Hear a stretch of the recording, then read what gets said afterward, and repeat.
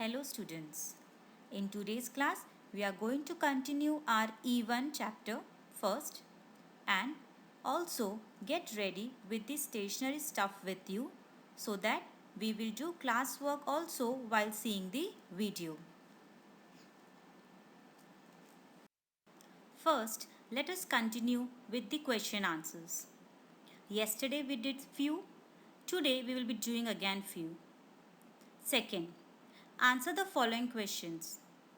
Who was the old man's friend? The old man's friend was his pet dog named Caesar. B. Why did the old man and his dog stop at a coffee shop every day? Now, do you know this answer? That why they stopped? To have a bun for the dog and coffee and newspaper for the old man. So, the answer is every day at a coffee shop, the old man would get a bun for his dog and coffee and newspaper for himself. Next, who carried the newspaper home? The answer is the old man's dog Caesar carried the newspaper home. Next, why did the old man stop going to the shop? Everybody now know this answer, I think. Because he was ill and he could not move from his bed. So answer is the old man fell ill and could not move out from his bed. So he stopped going to the coffee shop. Now students, this you will be doing in homework and the page should look like this. First you have to write the date and then you have to write the question answers and in good handwriting. Now let us do some classwork also and I hope you are ready with your stationery stuff. Come to page number 11. Question 3rd, there are some true or false. We are going to write true or false right now only while you are seeing the video. First, the old man had many friends. What is the answer? False, because he had only one friend and his name was Caesar. Next, the old man had a routine that he followed. True. And write complete answer, not only F and T. Full word. Next, the dog was not able to fetch the newspaper for his master. Answer is false. Next, the coffee shop owner was pleased with the dog. Pleased means happy. So answer is true. Next, the newsstand shopkeeper told the old man that he owed him money. Again the answer is true. Next, the dog took the 2 rupee coin and went to the coffee shop. Answer is true. I hope you have done the classwork. Come to page number 12. First, you have to write today's date. Now, there are some words that are always used together. Words such as tasty food, tired feet are some examples. In the same way, there is exercise also.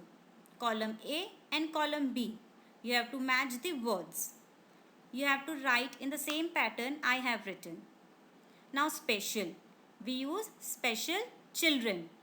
So in the column B, where it is written 5th, you have to write here A. Who are special children? For example, someone who cannot walk or some who cannot speak, physical disability. We say special children. Next, helping hand. That means if you help someone. So you'll say helping hand. Next, beautiful voice. Next, busy streets. Crowded road. Now I hope you have completed this exercise right now only. Our next topic, prefixes.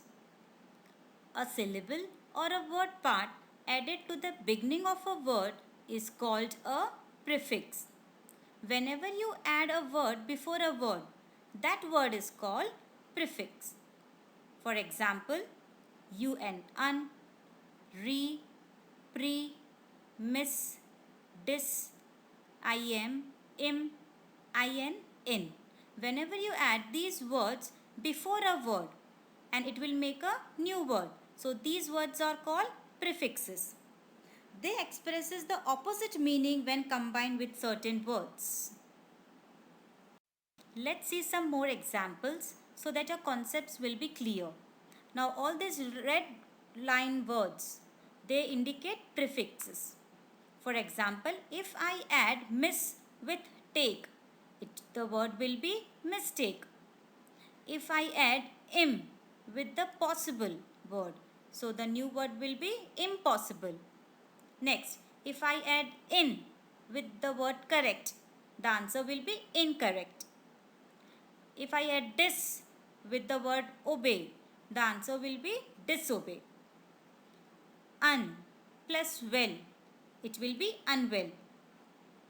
Non plus violence, and it will come to a new word, non-violence. So all these red words, miss, im, in, dis, un, none, non, all these are prefixes.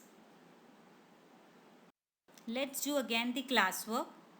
Page number 12, question 2, we have to write the prefix. For example, tidy is given. So if I write you and with the word, it will be untidy. Next, complete. Now if I add in with the word, so the answer will be incomplete. Next, continued. Now if I add dis with the word, so it will be discontinued. Respect. If I add again dis with the word respect, so answer will be disrespect. Next, do. And if I add un with it, so answer will be undo. Obey.